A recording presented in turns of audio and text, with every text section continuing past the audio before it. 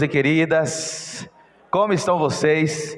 Depois de um louvor, depois de uma primeira parte abençoada, vocês estão bem? Adorar o Senhor de maneira intensa, impactante? Nessa noite nós queremos louvar o Senhor por estarmos aqui mais uma vez na sua casa, adorando e exaltando o nome dEle. Foi um final de semana bem cansativo, mas a sensação é que a gente chega no domingo à noite e o Senhor nos renova. Foi um final de semana intenso. Ontem nós tivemos o culto evangelístico e foi uma bênção, foi algo extraordinário. A gente pôde ter a oportunidade de orar por aquelas pessoas, de abordar pessoas, de falar do evangelho para aquelas pessoas. E alguns frutos já estão surgindo, alguns contatos. Hoje de manhã, algumas pessoas que nós tivemos abordagem ontem já nos responderam, já colocaram pedidos de oração. E é assim que a igreja vai cumprindo a sua missão. Hoje nós tivemos aí o passeio das crianças, dos adolescentes. Foi muito marmanjo também pelo meio aí, né? Dando uma de criança, né, Alan? Né, seu Alan? Pulando, né? Dor de joelho ninguém sente nessa hora, né? Louvado seja Deus, faz assim, Jesus Cristo faz um milagre absoluto. Mas é isso mesmo, na presença do Senhor até mesmo os adultos viram crianças. E é bom que seja assim, porque é desses que o reino de Deus pertence. Então louvado seja Deus pelo ministério infantil, pelo ministério aí dos adolescentes que organizou esse passeio. Foi um momento muito importante, muito edificante. Eu louvo a Deus. Orem pelas nossas crianças, pelos nossos adolescentes, pelos nossos jovens. A você que nos visita, seja muito bem-vindo nessa noite. A sua presença é muito importante aqui no nosso meio. Eu queria deixar aqui apenas um aviso, meus irmãos. Amanhã começa assim o curso de massas e pães. E a gente vai começar o PGM mais cedo. Em vez de 7h30, nós vamos começar às 7 horas. Por quê, pastor? Porque nós queremos recepcionar essas mulheres que estarão aqui. Nós vamos promover um curso em parceria com o Senai. Vai ser algo profissionalizante, mas acima de tudo é algo espiritual. Nós precisamos, meus irmãos, eu sempre falo isso, eu não vou deixar de tocar nessa tecla. Tudo que nós fazemos na vida tem que ter um propósito do reino. Tem que ter um propósito do reino. Se você estuda, se você dirige um carro, se você recebe um cliente, se você atende um cliente, tudo que você faz tem que ter um propósito para o reino. E esse curso aqui tem um curso vai ajudar pessoas a ter uma profissão, a ter uma renda, implementar a renda familiar, mas acima de tudo vai ser a oportunidade de a gente pregar o evangelho para essas mulheres. E vai ter mulheres aqui, minhas irmãs e meus irmãos, de todos os tipos, com todas as dificuldades que você possa imaginar. Então ore por esse curso e seja aqui presente para interceder, para conversar, para conhecer a história dessas pessoas, para conhecer o nome dessas pessoas e orar por essas pessoas. A igreja precisa fazer missão. Você viu aí a realidade da ilha de Marajó, que é uma realidade não apenas do IDH que está abaixo, da pobreza, mas acima de tudo da exploração sexual de jovens e meninas, jovens, crianças e adolescentes, que são exploradas constantemente, diariamente, não porque gostam, mas para ter o que comer. E a igreja está lá. A igreja está lá através dos missionários. Quando você ora, quando você investe em missões, você está lá. E nós temos uma missão aqui também em Jequié. E Jesus conta conosco. Amém? Pode contar com você? Amém, meus irmãos? Ai, meu Jesus. Vamos juntos, meus irmãos. Meus queridos, abra a sua Bíblia. Evangelho de Jesus Cristo segundo Lucas. Nós estamos falando nós começamos semana passada uma série de mensagens. Queria aqui cumprimentar de maneira especial aqui a família, a nossa irmã Dalva, o Celso, toda a sua companhia aí. Deus continue abençoando. Nossa irmã Dalva é uma bênção, viu, Celso? Pensa numa mulher de oração, pensa numa mulher que risca aqui, 5 horas, 5h30 da manhã, 6 horas, mulher de oração mesmo. E um dos temas de oração constante da irmã Dalva é por vocês. São pelos filhos, são pelos netos, né? Por toda a família. A irmã Dalva sempre ora nesse sentido. Seja muito bem-vindo nessa noite vocês. Começamos semana passada uma série de mensagens que falavam sobre a reforma protestante. Vocês sabem que no próximo dia 31 de outubro nós comemoramos 508 anos de reforma protestante. No dia 31 de outubro de 1517, um monge agostiniano, um alemão, começa um grande movimento que desemboca no surgimento da igreja evangélica, na igreja protestante. E nós falamos semana passada que Eles podiam divergir de vários assuntos, mas existiam 5 assuntos, 5 princípios, a gente chama de 5 princípios, que eram comuns entre os reformadores, que eles resgataram, princípios que haviam se perdido ao longo da história, mas que eles resgataram no poder do Espírito Santo e começaram a pregar e anunciar. O primeiro princípio é somente a Escritura, nós falamos semana passada. Somente a Escritura tem autoridade. Hoje nós vamos falar sobre somente a graça de Deus. A salvação é mediante a graça. Enquanto a Igreja Católica naquele período pregava uma salvação mediante as obras, os reformadores diziam o seguinte: não, a salvação é somente mediante a graça. Deus age nas nossas vidas por causa da sua graça, do seu favor imerecido. A gente vai ver ainda os outros princípios: somente Cristo, somente a fé, e por último, somente a Deus toda a glória. São 5 princípios, dá para decorar, não dá? Somente a Escritura, somente a graça, nós acabamos de cantar aqui, a graça do Senhor nos basta, somente a graça, somente Cristo, somente a fé e somente a Deus toda a glória, não a santos, não a pares, não a papas, somente a Deus toda a honra e toda a glória. Lucas capítulo 11, capítulo 15, melhor dizendo, verso de número 32.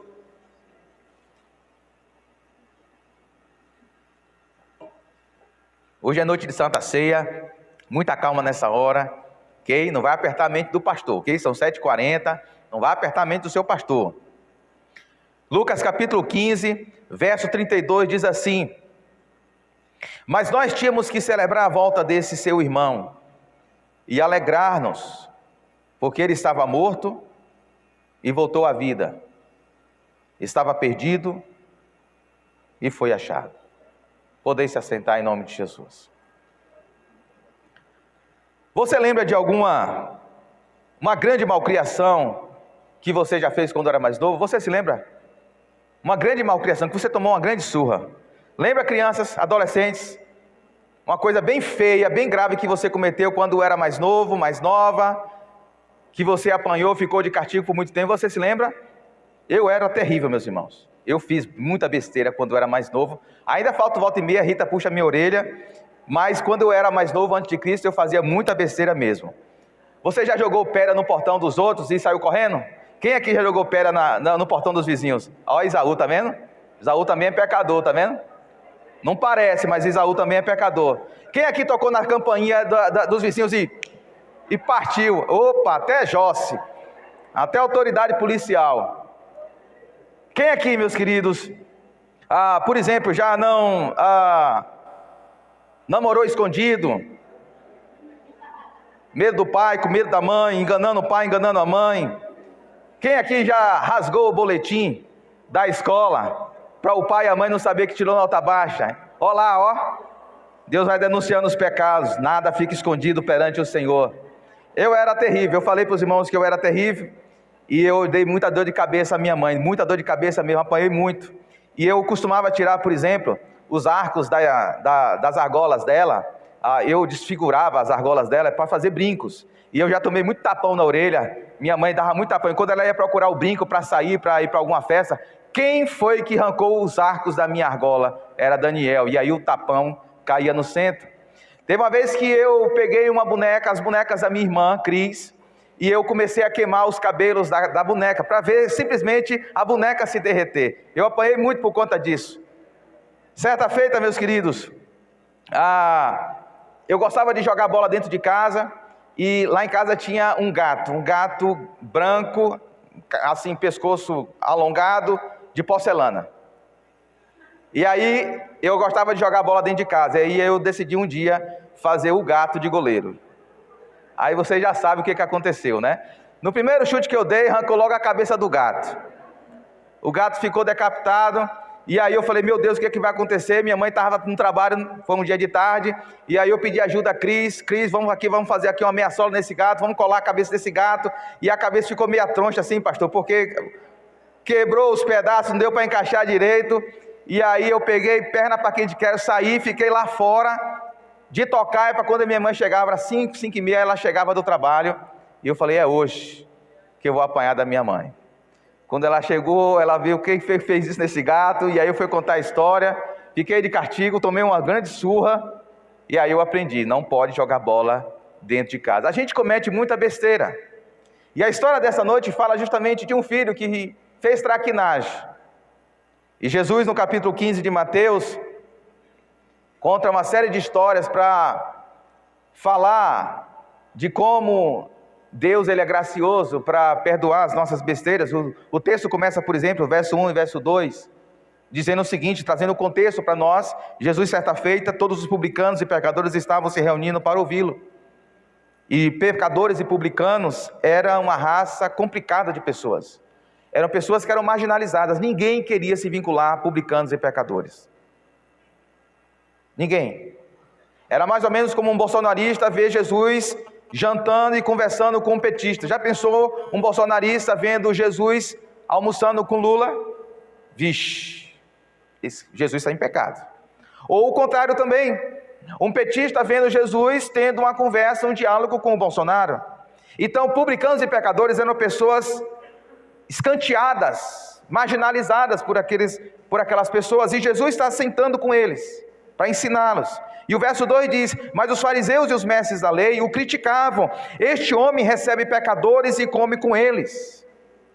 E Jesus vai contar 3 histórias, que na verdade é uma só, a partir do capítulo 15, para mostrar justamente que Deus, Ele gosta de se sentar com pecadores, como nós, como os publicanos. Deus gosta de se aproximar de gente que falhou na vida, que errou na vida, que tomou decisões equivocadas, que é marginalizada.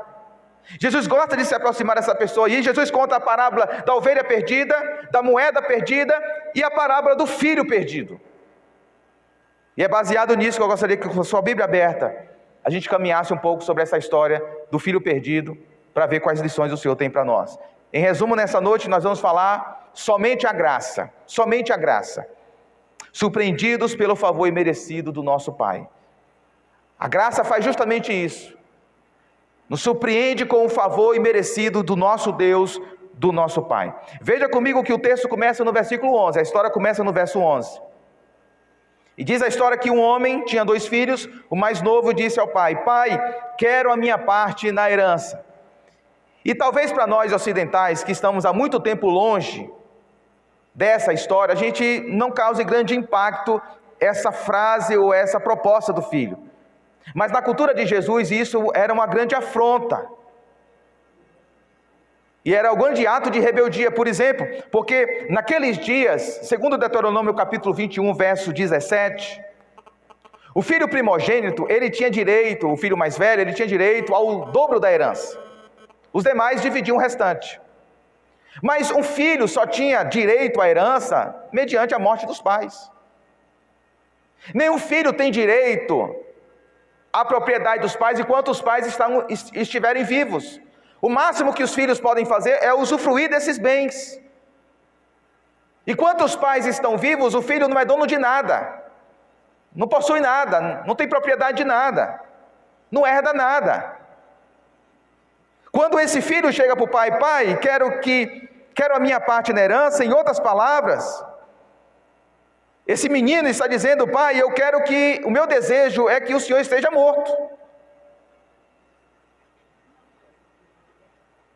Eu quero que o senhor morra. Imagine um filho chegar para você e dizer assim, minha mãe, eu quero que você morra. O que vem no seu coração? Imagine você, pai, ouvir do seu filho, pai, eu quero que você morra. O meu desejo é que você seja morto, sepultado debaixo de 7 palmos. Qual será a nossa reação, meus irmãos? É isso que esse filho está dizendo para o seu pai. E o texto continua dizendo que, o verso 12 diz assim, e ele, o pai, repartiu as suas propriedades entre eles, entre o filho mais novo e o filho mais velho. E o verso 13 diz o seguinte, não muito tempo depois, pouco tempo depois, isso já estava na mente do filho mais novo. Já estava planejado, arquitetado. O filho mais novo reuniu tudo o que tinha, a sua parte na herança, ele transformou em dinheiro, liquidou em divisíveis, na moeda da época, reuniu tudo o que tinha, fez as suas malas e foi para uma região distante, e lá desperdiçou todos os seus bens vivendo irresponsavelmente. O filho mais novo, meus irmãos, revela uma profunda insatisfação na casa do pai. Em sua mentalidade, a casa do pai parece uma prisão. A presença do pai limitava a oportunidade dele de viver uma vida verdadeiramente feliz. Os princípios e valores ensinados pelo pai, na presença do pai, pareciam um amontoado de regras antiquadas, cafonas, que o aprisionavam, que o limitavam, que estragavam a sua alegria, que estragavam a sua satisfação pela vida. Então ele decide fazer as suas malas, reúne tudo o que ele conseguiu angariar do pai e vai embora, sem passagem de volta, só passagem de ida. O texto é claro em dizer que ele vai para uma região distante. Ele não tem a mínima intenção de voltar para a casa do pai. Não é uma viagem de férias, não é um passeio turístico, é um tchau, é um até logo, é um adeus. Ele não quer mais ver o pai, ele não quer mais a presença do pai, ele quer a liberdade. E o texto diz, no final do verso 13, que ele desperdiçou todos os seus bens vivendo irresponsavelmente. Literalmente a palavra usada aqui por Jesus dá a ideia de uma pessoa que vive de maneira desregrada, sem regras, sem limites, nada de regras. Eu quero liberdade, eu quero autonomia, eu quero independência. A vontade daquele jovem, meus irmãos, é afastar-se o máximo possível da presença do seu pai, para viver a vida do jeito que ele deseja, sem limitações, sem regras, sem compromissos, uma liberdade plena, uma vida segundo a sua própria imagem e semelhança, uma vida de autonomia, uma vida de independência. Essa história se parece com uma outra história do Antigo Testamento, você se lembra? Com o que essa história se parece? E parece que Jesus está fazendo realmente esse paralelo. Essa história se parece com a história que aconteceu em Gênesis 3.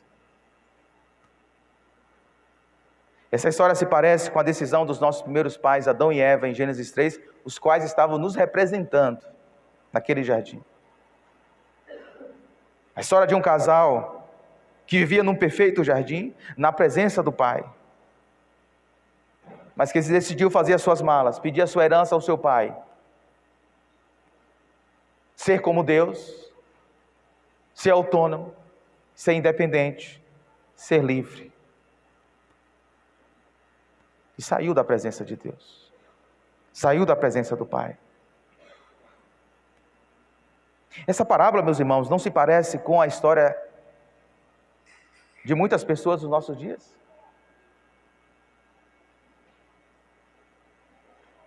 O artigo de luxo da nossa sociedade, da nossa cultura, é a liberdade. As pessoas querem ser livres. Pessoas querem ser livres para viver do jeito que elas querem. Fazer somente o que lhe der na cabeça, sem rótulos, sem regras, sem compromissos, sem limites, sem absolutos. Quem manda na minha vida sou eu. Até mesmo isso é tão diabólico que até mesmo a gente constrói uma espiritualidade para se adequar à nossa autonomia, à nossa independência. A gente quer seguir um Jesus, um pseudo-Jesus ou outra religião, desde que essa religião não toque nos nossos interesses, não nos tire da nossa zona de conforto. Pessoas que querem que Jesus se adeque à realidade e aos interesses dela, e não ela se adequarem aos interesses, aos compromissos e aos propósitos de Cristo. E a primeira lição que eu tiro nessa história é que a ilusão de uma vida livre existe. A cena é sobre... A primeira lição que eu aprendo nessa cena é sobre a ilusão de uma vida livre, longe da presença do Pai. Porque isso é ilusão. Achar que você vai ter uma vida livre longe da presença do Pai, isso é uma grande ilusão. Isso porque a primeira mentira que Satanás trouxe no mundo é nos convencer de que existe vida plena longe da casa do Pai, longe da presença do Pai, de que podemos ser felizes, livres, vivos, satisfeitos, longe da presença de Deus. A mentira de que a presença do Pai é limitante, escravizante, com regras e mandamentos que nos aprisionam. O diabo tenta nos convencer que Deus é um grande estraga-prazeres,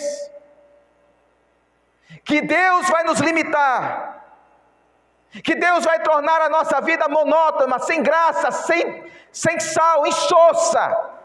A grande mentira que o diabo tenta nos convencer é de que Deus vai nos escravizar, vai nos oprimir com regras e mandamentos.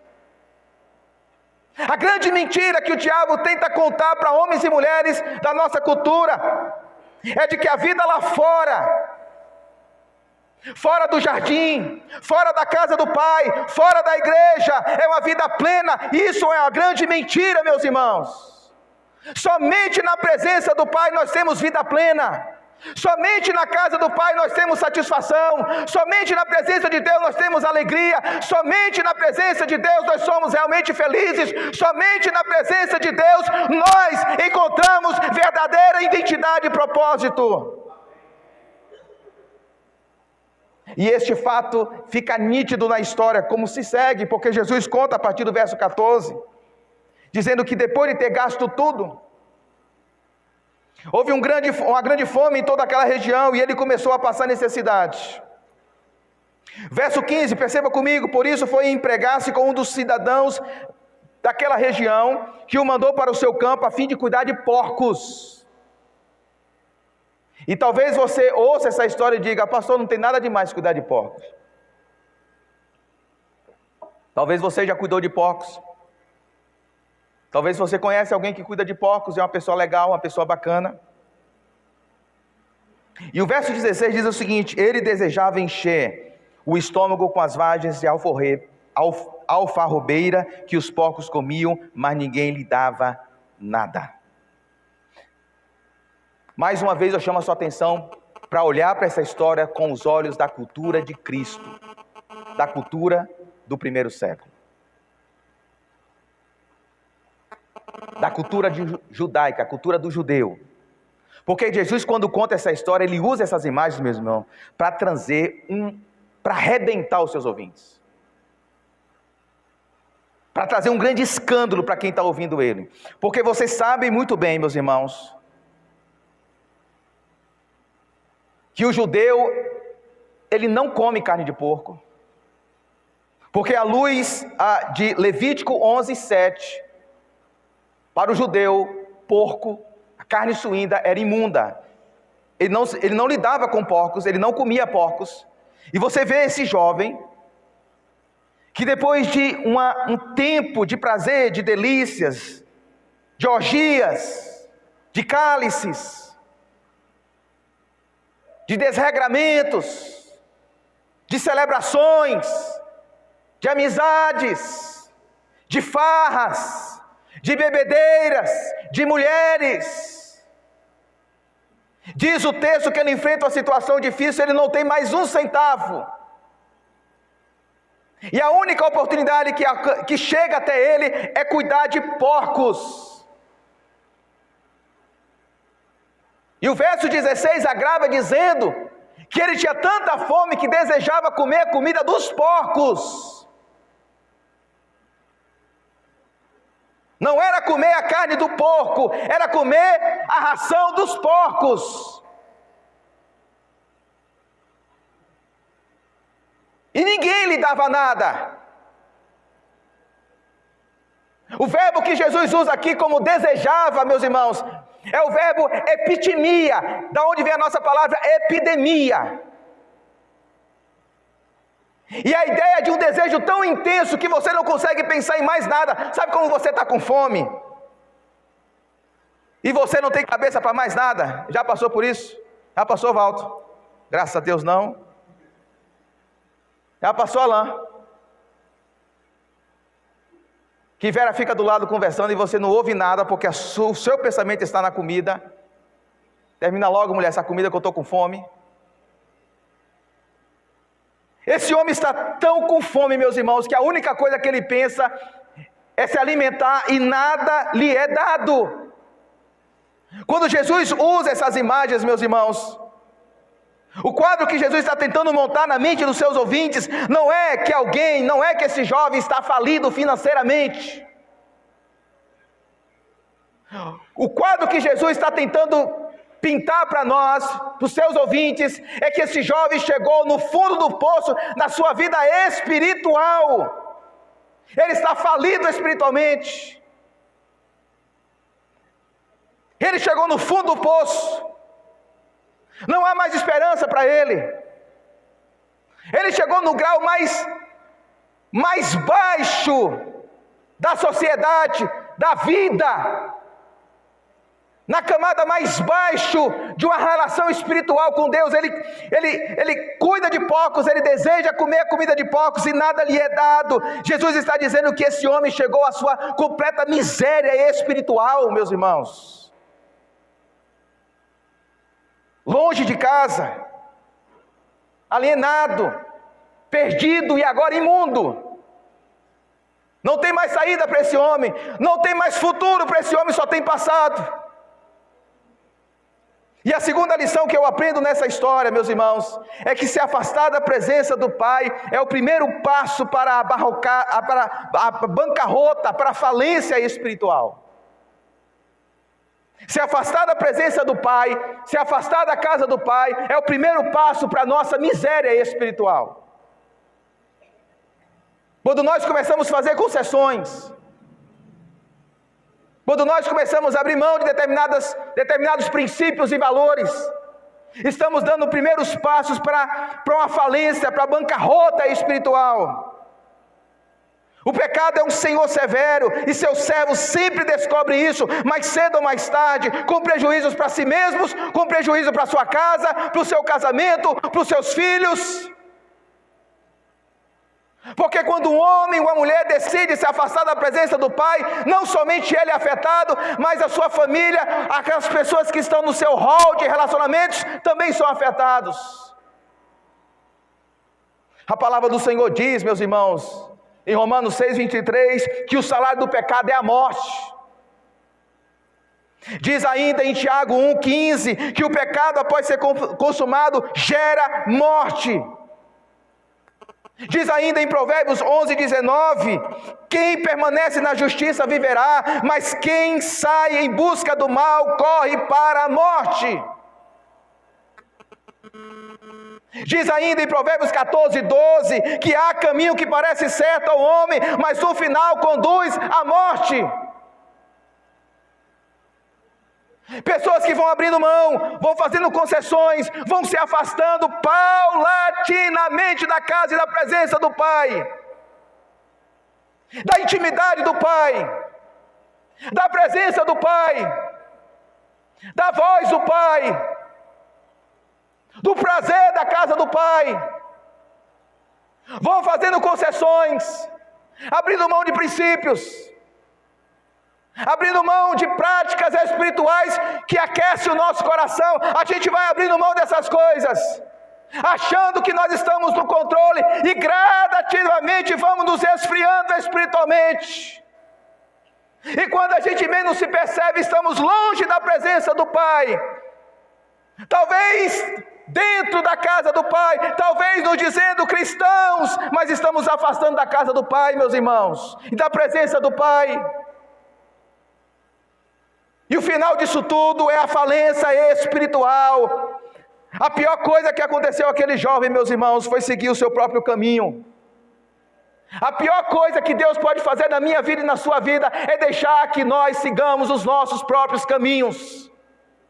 Porque os nossos próprios caminhos, os nossos próprios pensamentos vai nos levar à morte. Somente a palavra do Pai, somente a presença do Pai, somente a casa do Pai pode conduzir a nossa vida à glória, à presença, à satisfação eterna, meus irmãos.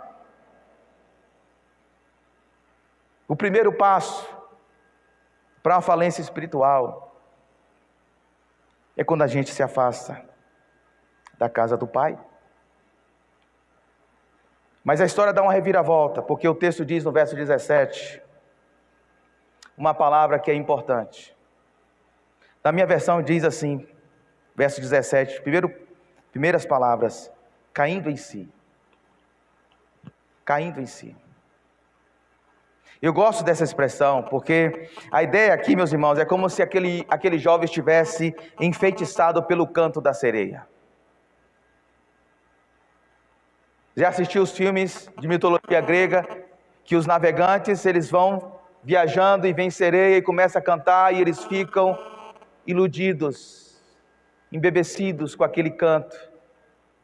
E aquele canto gera morte. Aquele jovem estava iludido pelo canto da sereia, como muitos de nós somos tentados a estar, como muitas pessoas lá fora estão. E de repente o texto diz que ele cai em si.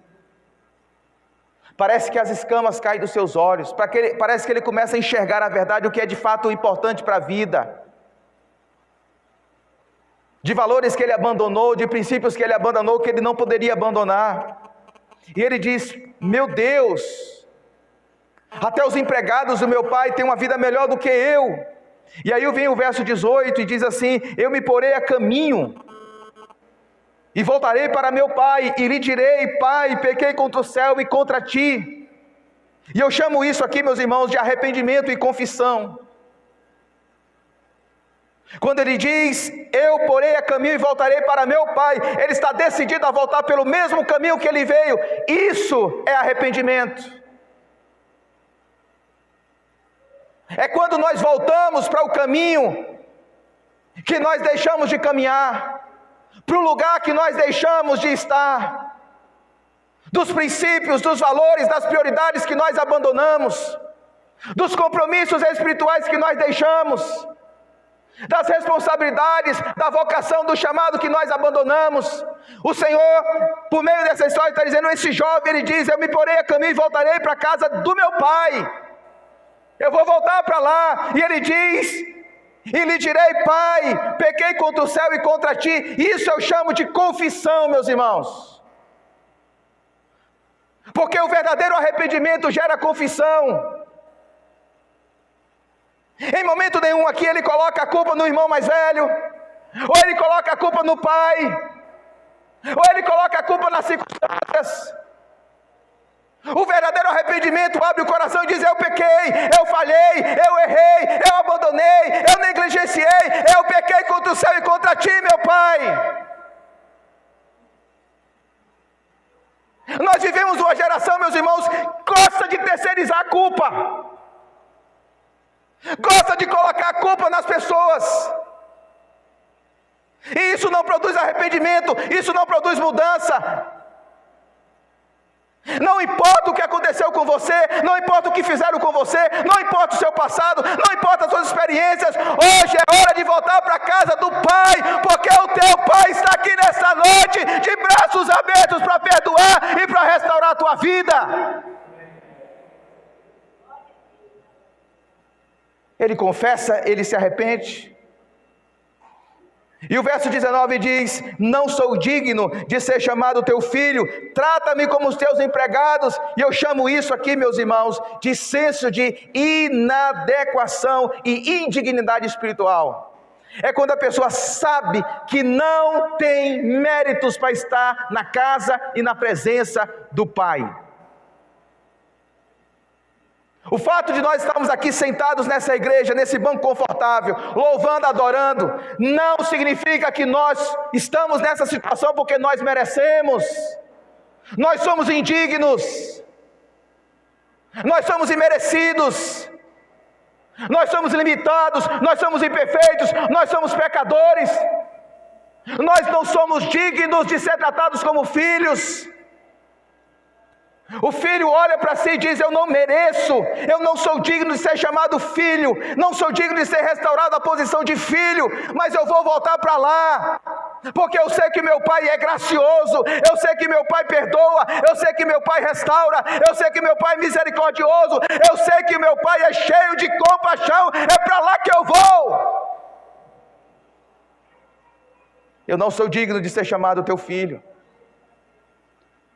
trata-me como os teus empregados.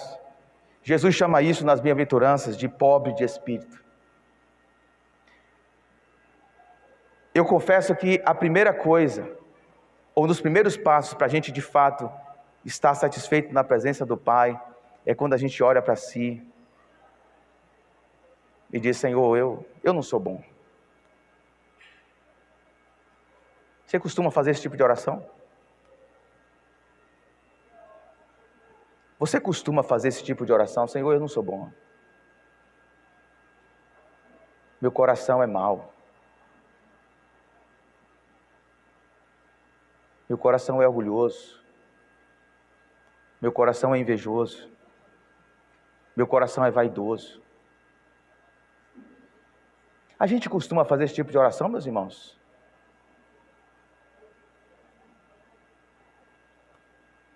De olhar para si e dizer: eu não tenho nada que possa te atrair, Senhor. Eu sou miserável pecador. E o verso 20 diz algo de suma importância. Porque nada adianta reconhecer, desejar voltar para a casa do Pai, reconhecer que pecou, reconhecer que é indigno, mas não tomar a decisão de realmente voltar. O verso 20 diz: a seguir, 2 verbos: levantou-se e foi para a casa do seu pai. E aqui eu aprendo a terceira lição. O retorno à presença do Pai é mais do que um simples remorso, mas um profundo arrependimento e uma resoluta conversão.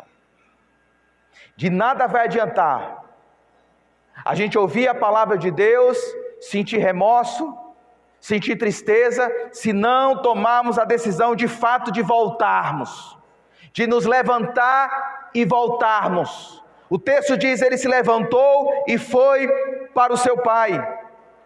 Sentimentos, lágrimas, remorsos, desejos e resoluções são inúteis se não forem acompanhados por ação de mudança, meus irmãos. A palavra de Deus não vai gerar nenhuma mudança em nós se simplesmente ouvirmos, mas não colocarmos intencionalmente em prática aquilo que ouvimos, aquilo que Deus está falando a nós.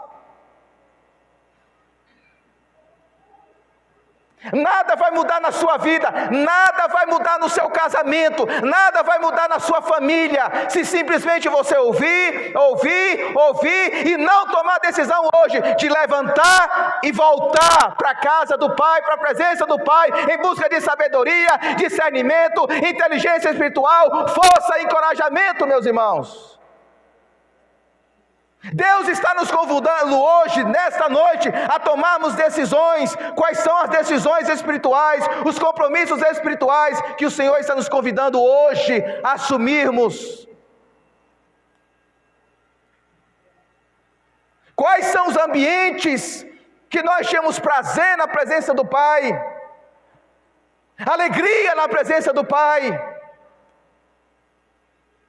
e com o tempo nós abandonamos?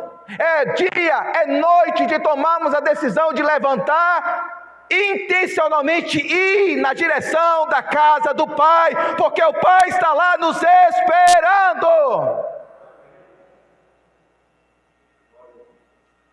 O verso 20 finaliza dizendo, parte B, que nesse momento que ele toma a decisão de levantar e ir para a casa do seu pai, estando ainda longe, seu pai o viu. Grave essa expressão: cheio de compaixão. Cheio de compaixão. Correu para seu filho, o abraçou e o beijou. Estando ainda longe, antes que o filho dissesse qualquer coisa,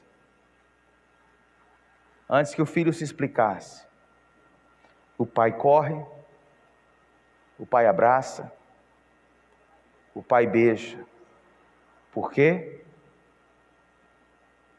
Porque ele é cheio de compaixão.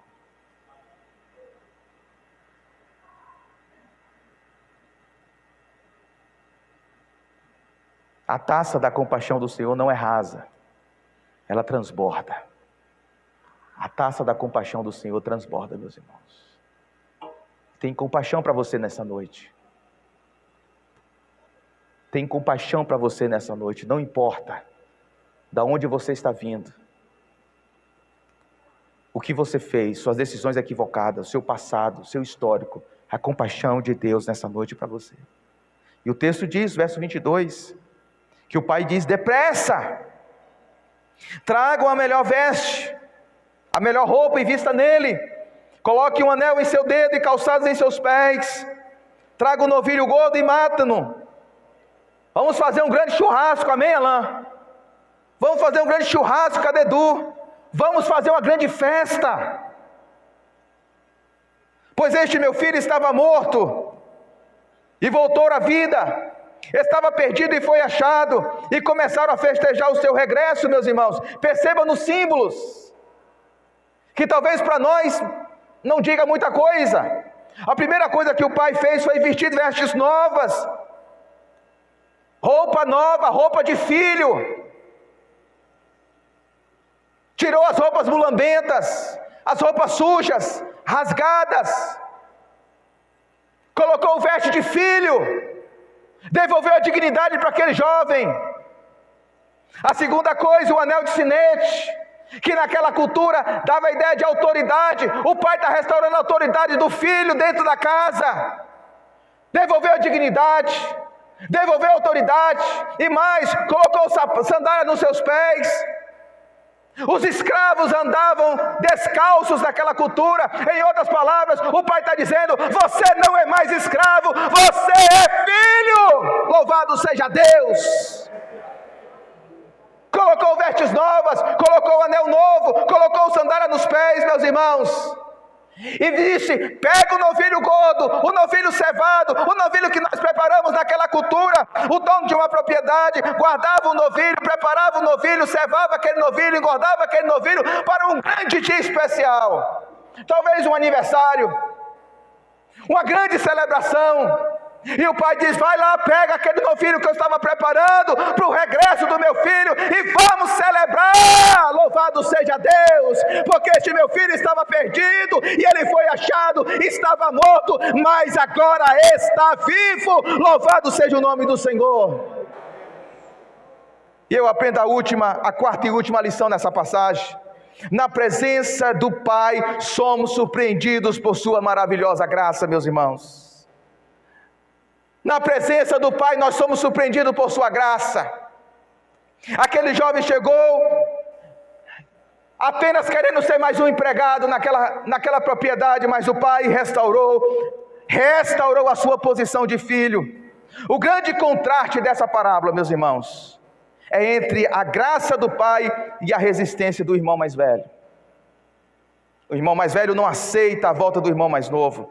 O seu coração é implacável, inflexível. Comigo só se erra uma vez. Ele é rigoroso demais. O filho mais velho não conhecia verdadeiramente o seu pai. E é claro, Jesus está fazendo uma grande crítica aos religiosos da sua época. Versículo 12 do capítulo 15. E no entanto, Jesus conta essas três histórias, meus irmãos. A história da ovelha perdida, da dracma perdida, do filho perdido, para ensinar que verdadeiramente, o nosso Pai recebe pecadores e come com eles. Lucas 5, versículo 30. Jesus é um amigo de publicanos e pecadores. Lucas 7, 34. Jesus é aquele que se deixa molhar os seus pés com as lágrimas de uma mulher pecadora, a qual os enxuga com seus cabelos. Lucas 7, 38. Jesus é aquele que diz a um dos chefes dos publicanos: Zaqueu, desce depressa, quero ficar em sua casa hoje. Jesus é aquele que vai dizer em Lucas 19, 10: pois o Filho do Homem veio buscar e salvar o que estava perdido. Louvado seja Deus. Ele é o nosso irmão mais velho. Jesus, ele é o irmão mais velho que nós temos, é o primogênito de Deus que entrou na história para nos buscar, meus irmãos, e nos levar de volta para a casa do Pai. Jesus é o nosso irmão mais velho. Aquilo que o irmão mais velho na parábola não conseguiu fazer, Jesus fez na cruz. Ele assumiu a nossa morte. Ele assumiu o nosso lugar. A graça do Pai Celestial não é sinônimo de banalização do pecado. Não é. O Pai é um Deus santo. A penalidade do pecado deve ser paga. Mas a glória da sua graça maravilhosa é que Jesus, o nosso irmão mais velho, Jesus é realmente o nosso irmão mais velho, que acolhe pecadores porque morreu por eles. Jesus não só participa da festa comendo com publicanos e pecadores redimidos, mas ele celebra uma última ceia e diz: comam todos do meu pão, desse pão, que é símbolo do meu corpo, repartido em favor de muitos. Tomem todos desse cálice, porque este cálice é o cálice da nova aliança, do meu sangue que vai ser derramado em seu favor.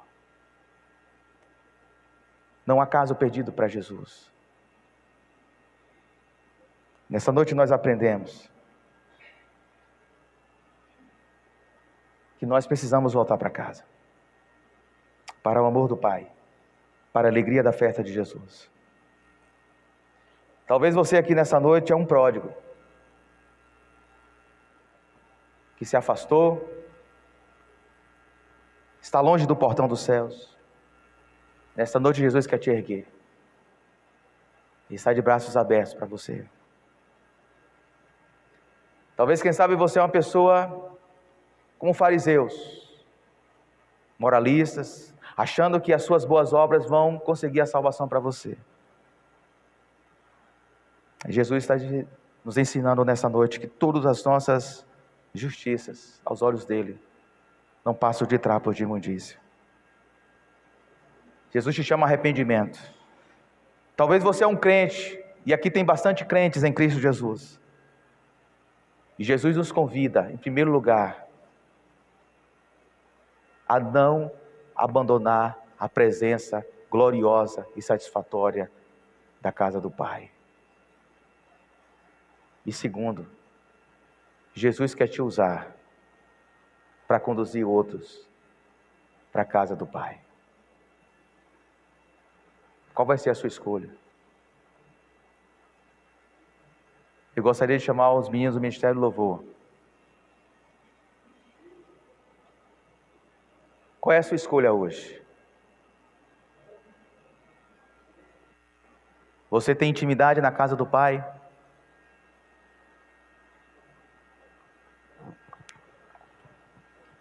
Você se afastou da casa do Pai? Hoje é o dia de voltar. Tem alguém aqui que quer voltar para a casa do Pai? Não importa o que você fez no passado. Não importa o seu histórico. Hoje é noite de salvação. Cristo quer transformar você. Você que está afastado da casa do Pai. Ele é cheio de compaixão. Somente a graça do Senhor pode transformar a sua vida. Vem para cá, meu filho. Louvado seja o nome do Senhor.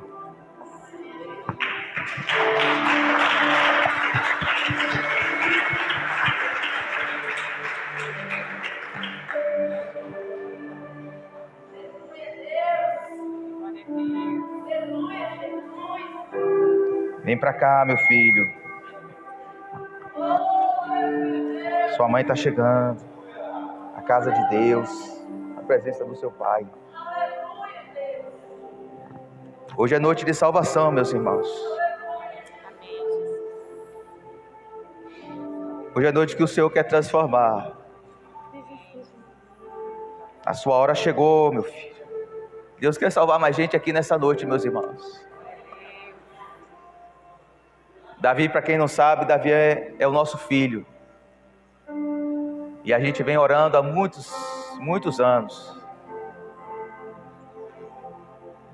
mostrando a ele que não importa se ele é filho de pastor, se ele é filho de crente, ele precisa conhecer Jesus. Deus quer salvar mais gente aqui nessa noite. Deus quer salvar você. Dê o passo para Jesus, não tenha medo não. Não tenha medo não, venha para Jesus. Venha cá que nós vamos estar orando por você. A graça do Senhor está aqui, meus irmãos. Somente ela para nos salvar. Não importa se você é uma boa pessoa, não importa se você faz boas obras lá fora. Somente se você se render à graça de Cristo. Vem para cá que eu quero orar por você nessa noite. Vamos orar. Vamos orar por Davizinho. Estenda as tuas mãos, meus irmãos. Louvado seja o teu nome, Jesus. Deus bendito, Deus santo, Deus todo-poderoso. Nessa noite nós ouvimos a história, meu Deus, da parábola do filho que se perdeu, e nós aprendemos que não importa os nossos descaminhos, não importa, Senhor, o nosso passado, não importa as nossas decisões equivocadas, se de fato nos arrependermos e voltarmos para a casa do Pai, Ele está com os braços abertos para nos esperar. Ele não vai jogar nada na nossa cara. Ele não vai chegar para nós e dizer: está vendo bem que eu te avisei. Ele vai nos abraçar, Ele vai nos beijar, Ele vai tirar nossos trapos de imundícia, Ele vai nos dar sandálias novas, um anel de filho. Esse meu filho estava morto, esse meu filho estava perdido, mas agora ele foi encontrado, ele está vivo. Oh Deus, é essa graça que nos fortalece todos os dias. Essa graça não apenas nos salva, mas essa graça nos fortalece, essa graça nos encoraja, essa graça nos retroalimenta todos os dias, Senhor. É essa graça que nos sustenta nos momentos mais difíceis da nossa caminhada, é a Tua graça. Às vezes os problemas, meu Deus, às vezes as circunstâncias adversas vai nos tirando, meu Deus, às vezes os prazeres dessa vida vai nos tirando da casa do Pai, de chorarmos, de nos deleitarmos na presença do Pai, de termos prazer na casa do Pai, de ouvirmos a voz do Pai, de abraçarmos o Pai, de sentarmos aos pés do Pai para ouvi-lo com prazer, com alegria. Às vezes, meu Deus, nós estamos mais como irmão mais velho, trabalhando como escravos na casa do Pai, sem ter o prazer de estar com o Pai. Nós queremos, meu Deus, a alegria de estar contigo, Senhor. Toma Davizinho em Tuas mãos. Pela graça do Senhor, Deus, o Senhor colocou ele nas nossas vidas.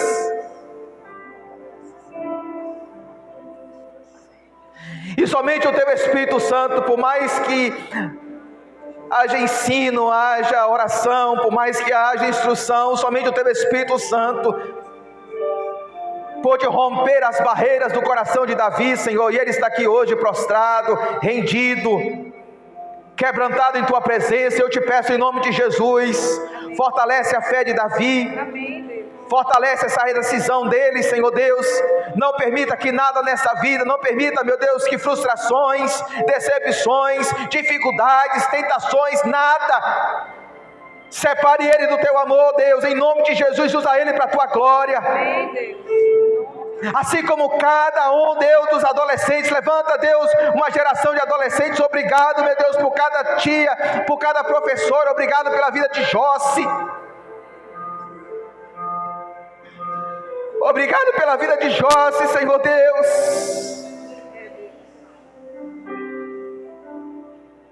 O Senhor usou tanto Josse, Senhor, para instruir esses meninos, e eu tenho certeza que vai usar ainda mais, em nome de Jesus. Amém. O Senhor tem levantado tias, mulheres. Obrigado pela vida de Ediane. Obrigado, Senhor, pela vida de Jaiane, de Lélia, de Zana. Obrigado pela vida de Isnaia, Senhor Deus, e tantas mulheres. Não deixa, se eu esqueci de algum nome, Senhor, que investiu a sua vida na educação desses meninos. que tem sido orado esses meninos desde criança. Me perdoe, Senhor, mas eu sei que o meu coração é grato ao Senhor como pastor, como um pai. Essas mulheres, essas servas do Senhor que têm se dedicado, meu Deus, que têm investido o seu tempo, das suas energias, na formação, na educação, na instrução dos nossos filhos. Nós te louvamos por isso, porque o Senhor as usou, Senhor, de maneira especial. E nessa noite eu te peço pela tua igreja, que possamos, meu Deus, ser tomados pelo Espírito da graça todos os dias, de sermos renovados por essa graça, de levarmos essa graça, de acolhermos, de sermos compassivos, de sermos misericordiosos, de sermos a expressão da graça do Senhor na vida daquele que chega como esse filho pródigo, chega com as suas vestes sujas, chega com vergonha, cheio de culpa, acha que é indigno até mesmo de sentar um desses bancos aqui, não é digno de passar, Deus, na calçada da igreja, de tantos pecados que cometeu. Mas a tua graça é escandalosa, a tua graça é surpreendente, meu Senhor Deus. E é essa graça que nós temos que mostrar para as pessoas, que não há caso perdido para Jesus, que não há coração tão duro que Jesus não possa transformar, que não há grilhões que Jesus não possa quebrar. Ele é o Deus Todo-Poderoso, Ele é o nosso irmão mais velho, que veio até nós para nos levar de volta para a casa do Pai. Louvado seja Deus. Faz a tua obra, Senhor, na vida dessa igreja, Igreja Batista da Graça, que possamos de fato ser espelho dessa graça, em nome de Jesus Cristo de Nazaré, nós te pedimos. Eu quero chamar os diáconos escalados. Deus abençoe, meu filho. Oba. Eu quero chamar os pastores. Nós vamos começar o momento da Santa Ceia, meus irmãos.